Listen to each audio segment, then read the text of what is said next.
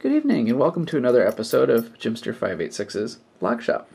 Jimster586's Lock Shop has been a little busy today, doing lock videos, of course, which I haven't done in a while. So here's another one for you.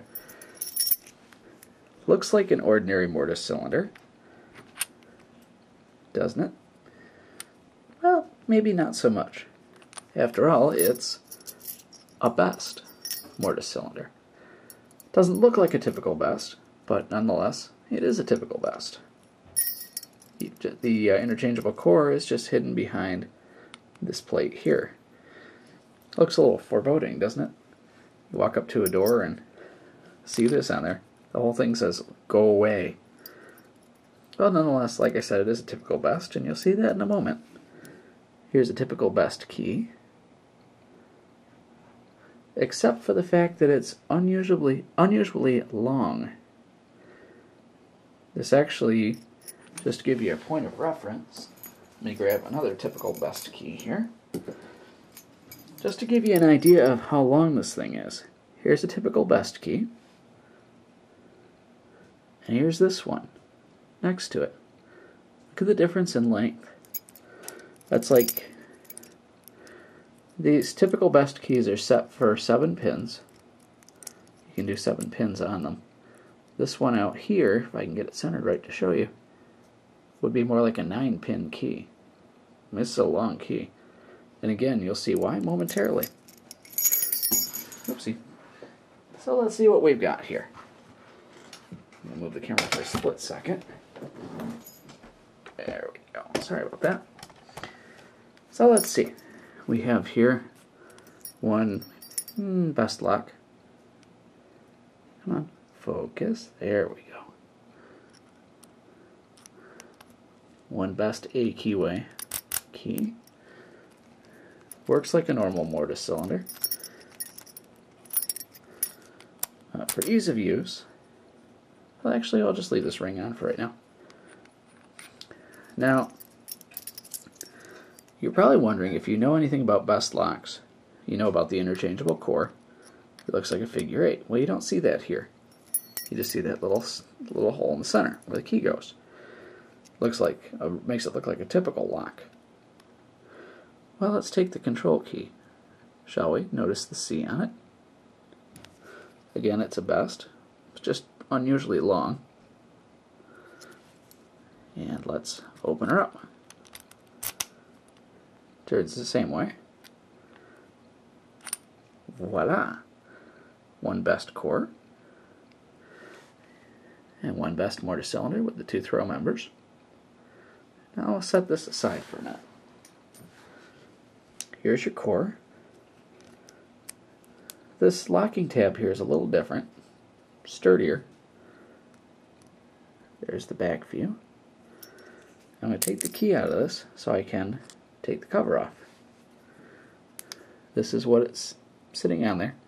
This is to protect access to the core, or prevent access to the core, I should say.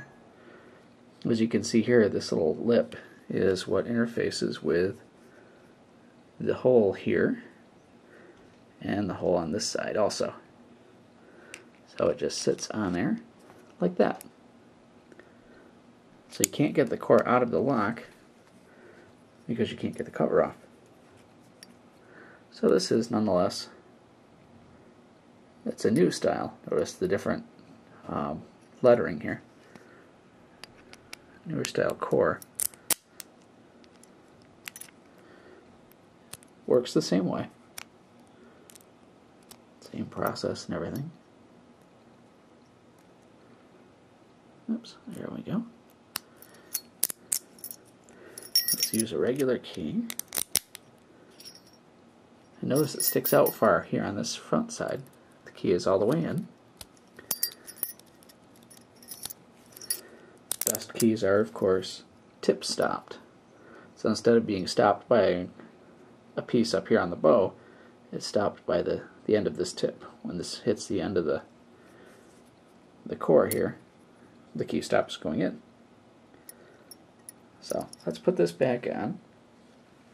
Because when you put this back on and you put the key in, then it tends to go right through.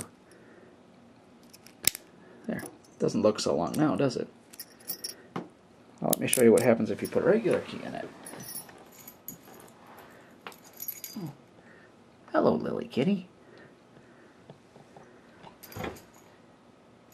So let's take an ordinary best key, regular 7-pin style, put that in.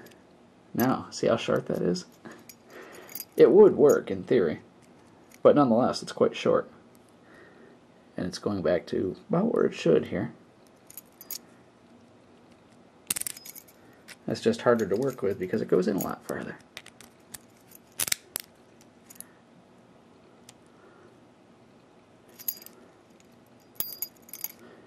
Or does it go all the way in? That's the whole question.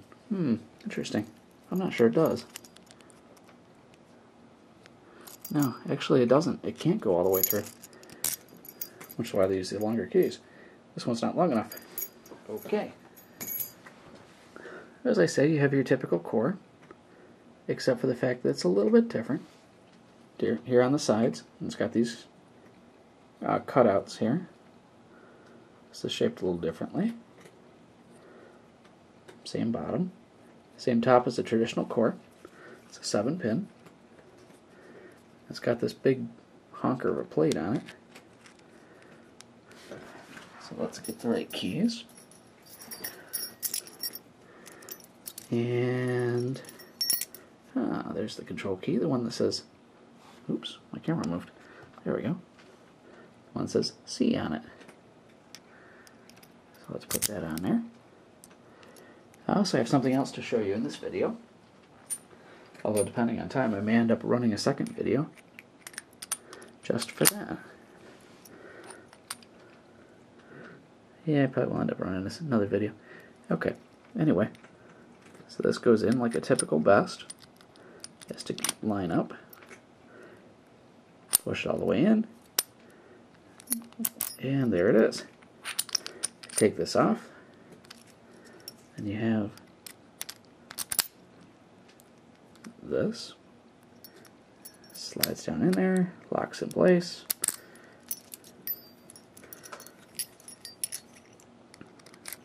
Regular key in here.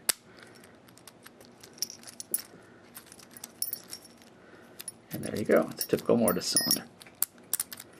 Now, this of course is the piece that you'd put on the door first over a mortise hole. You'd stick this on, and then you would stick the cylinder in, and you would screw it into place. That's why these are threaded like this. They screw in, and then,